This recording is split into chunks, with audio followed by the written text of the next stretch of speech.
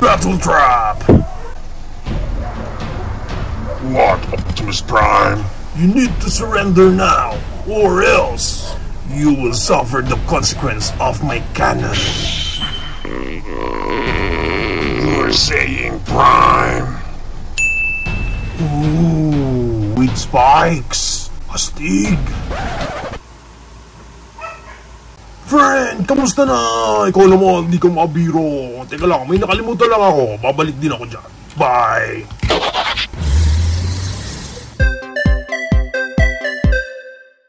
And ito na ang toy na re-review natin for today. This is the Transformers series. Talaga ha, ginamit nila yung name na Transformers.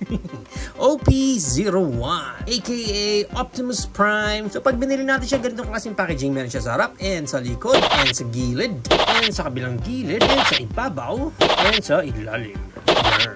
So, pag na-unbox natin siya, ang kasama lang niya dito syempre nandito yung kanyang manual. And meron din siyang kasama dito accessories. And ito yung accessories niya na yan. Okay, yan ang details niya. As in talagang ito lang, maliit lang na accessories.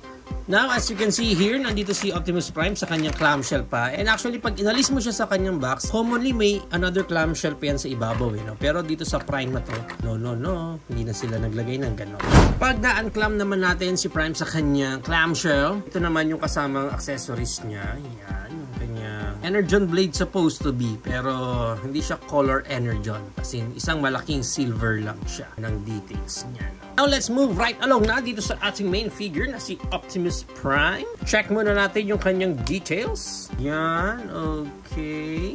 Ayan ang face niya. Sa harapan.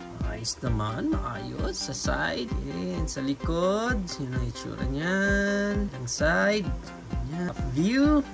And sa ilalim. So right now, let's check naman yung kanyang articulation. Sa head niya, ball joint naman yan. So naiikot yan. And meron siyang maliit na look up and maliit lang din na look down. Pagdating sa shoulder niya, yun, naipit na yung ulo niya. Bumblebee, tulungan mo ako! Yan ang pinaka arms wide open niya. Hindi mo na pwede maluwagan tong part na to. Ganyan lang talaga yung arms wide open niya. Although dito sa shoulder niya, naiikot pa yan ng ganyan. Pagdating sa biceps niya, may rotation naman siya dyan. And then yung kanyang elbow bend.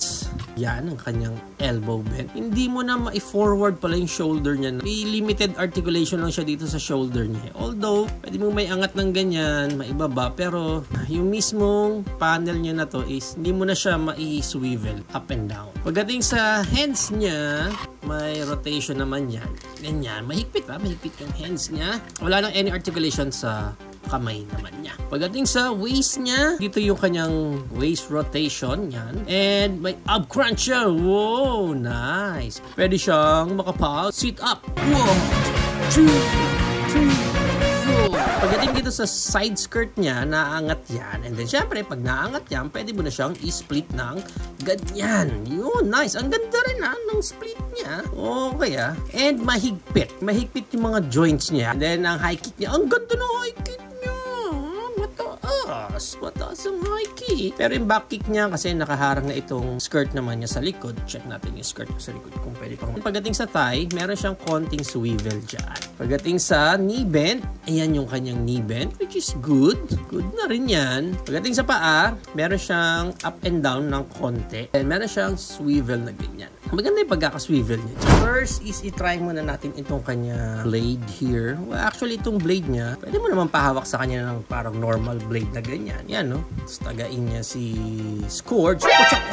Or, pwede mong ikabit yan dito. May peg naman siya dyan. And then yan. Yan, okay? Yun, no? Mas bagay nga naman. Pwede siya mag-swing. Whooshing! And hindi lang naman yan dyan sa right. Meron din siya nasa kaliwa naman. Yung kalaban niya, hindi dyan naman siya mag-swing. Swing! Ganun. Pwede mo rin yata mailagay yan dito sa likod niya. Para kung nasa taas naman yung kalaban niya, whooshing! Gano'n naman siya. Then right now, i-try naman natin itong kanyang bang bang. Para malagay mo ito, ang kailangan mong gawin is i-open mo to and then tatago mo yung kamay niya doon sa loob. Yan, okay? Tapos may makita kayong peg dyan, pwede mo na i-close yan ulit. Tapos yan na yung magiging peg niya dyan.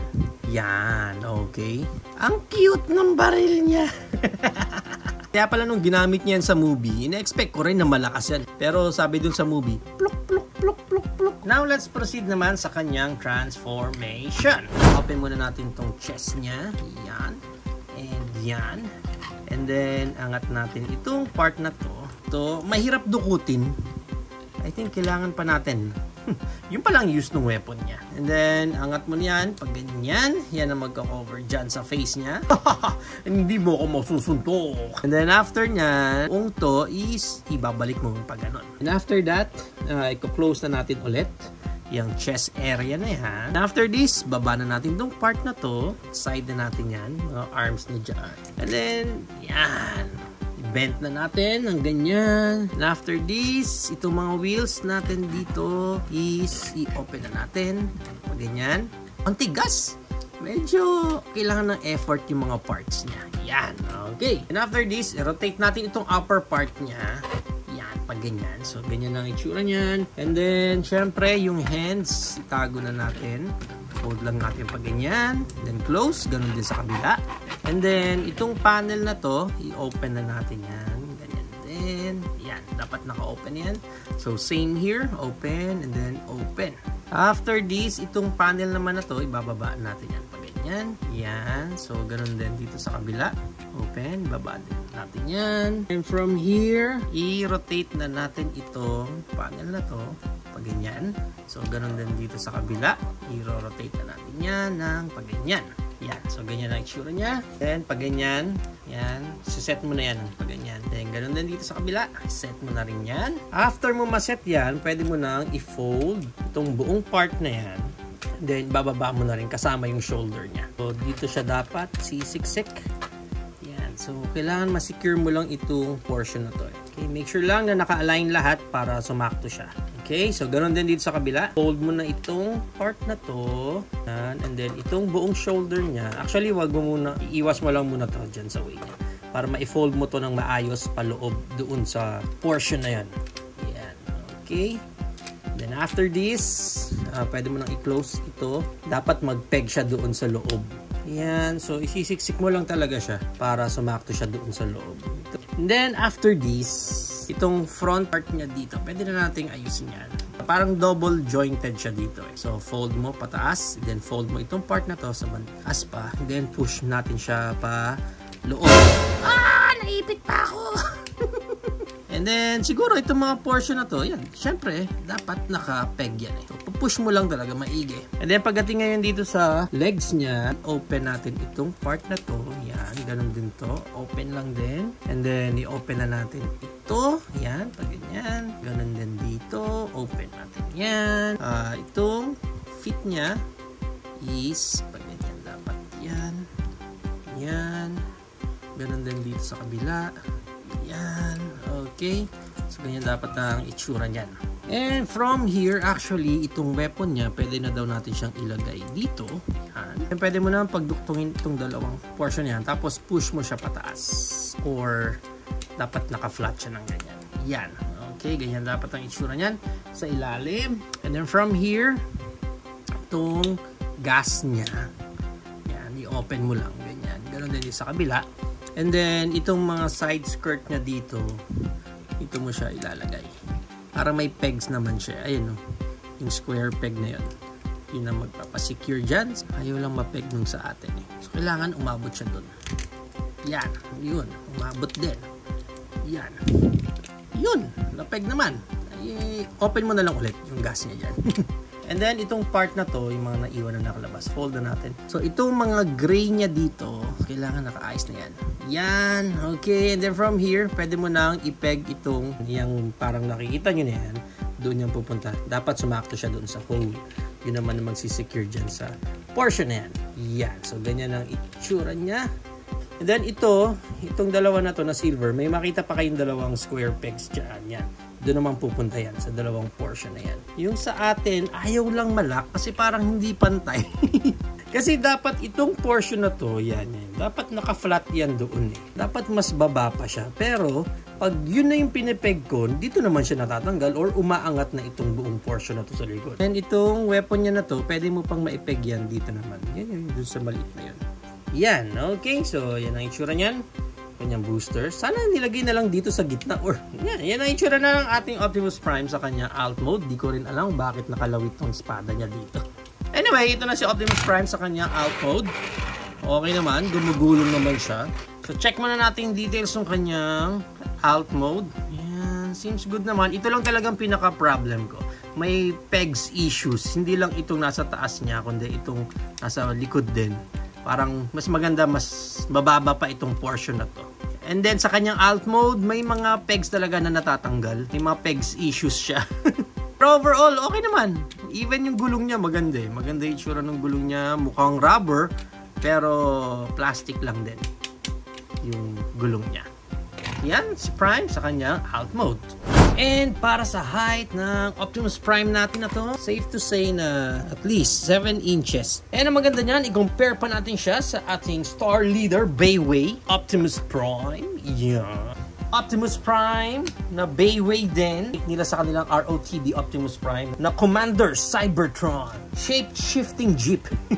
Ang kulit talaga ng name niya. From Deformation series, ang QT-01. And we also have here our Bumblebee from Bayway din. Ang giant talaga ng Bumblebee. Anyway, yan ang ating size comparison. Now, if you are planning to buy this Optimus Prime or OP-01, ang price range niya is around 700 pesos up to 1,100 pesos. Depende na lang again kung saang market ka makakuha ng specific copy mo nito.